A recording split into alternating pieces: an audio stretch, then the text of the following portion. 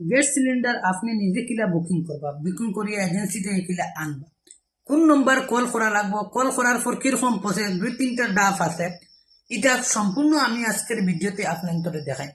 তো প্রথমত 2-4টা কথা কই দিই যে আগে কি হইতো, অনেক এলাকার দেখা যাইত যে কোনো একজন মানুষের বসিয়ে দেওয়া যেত বই এবং বই এগুলা।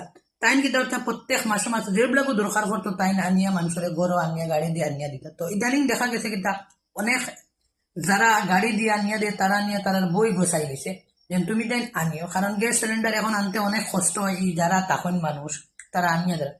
তো ইদানিং মানুষের কাছে আবার পর মানুষ হাহাকার দেন কিরকম বুকিং করবা, কিরকম আনবা। তো চলুন মেইন টপিকটা আমি আরম্ভ করিলে। প্রথমত আমি স্ক্রিনের মধ্যে একটা নম্বর দিয়ে যারা ইন্ডিয়ান গ্যাস আছে, আমি স্পেশালি অক্টার উপরে আজকের ভিডিওটা হবো ইন্ডিয়ান গ্যাসের উপরে, কারণ ইন্ডিয়ান গ্যাস বেশিরভাগ মানুষে ব্যবহার করে এবং আমাদের এলাকার মধ্যে প্রায় ইন্ডিয়ান গ্যাস।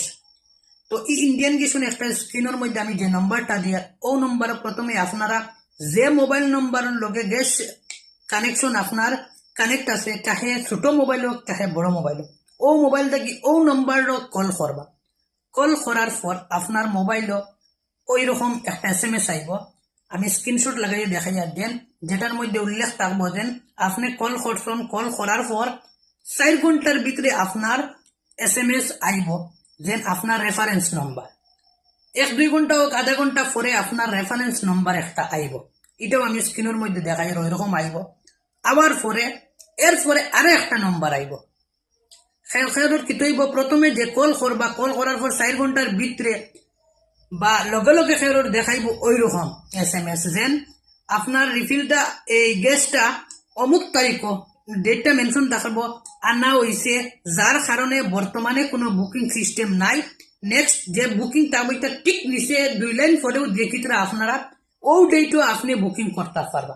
আর অনেকের কিতা দেখাইব যারা অলরেডি বুকিং করার সময় আছে তারা দেখাইব 4 ঘন্টা পরে যে মেসেজটা আইব ভিতরে রেফারেন্স নম্বরটা আইব, আবার পরে আরো 1 ঘন্টা 2 ঘন্টা বা পরের দিন সকালে আইব DCA। যতক্ষণ পর্যন্ত আপনার DCA নম্বর আইছে না ততক্ষণ পর্যন্ত আপনার একটা বুক হইছে না। যখন আপনি DCA নাম্বার ফাইলিবা তখন ও DCA নম্বর লইয়া আপনার বইটা লইয়া আপনি আপনার যে খালি গ্যাস আর সিলিন্ডার আছে ওটা লইয়া গ্যাস এজেন্সি যাইবা। এখন অনেকে কইতে পারেন যে আমার বইটা কারণ না জানা থাকতে পারে যে কোন এজেন্সি। তো এটা বইটা আপনারা নিশ্চয় মেনশন পাইবা, যদি না পাইন তো ইন্ডিয়ান গ্যাস কই একটা অ্যাপস আছে আমি স্ক্রিনের মধ্যে দিয়া ও অ্যাপসটা ডাউনলোড করবা, করিয়ে নাম্বারটা রেজিস্টার করবা।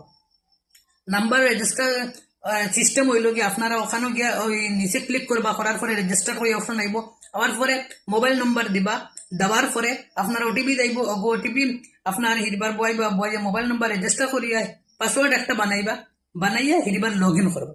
তো লগ ইন করার পরে আপনারা কোন এজেন্সির নাম কি আপনারা শো করে দিব, আপনারা দেখতে পারবেন।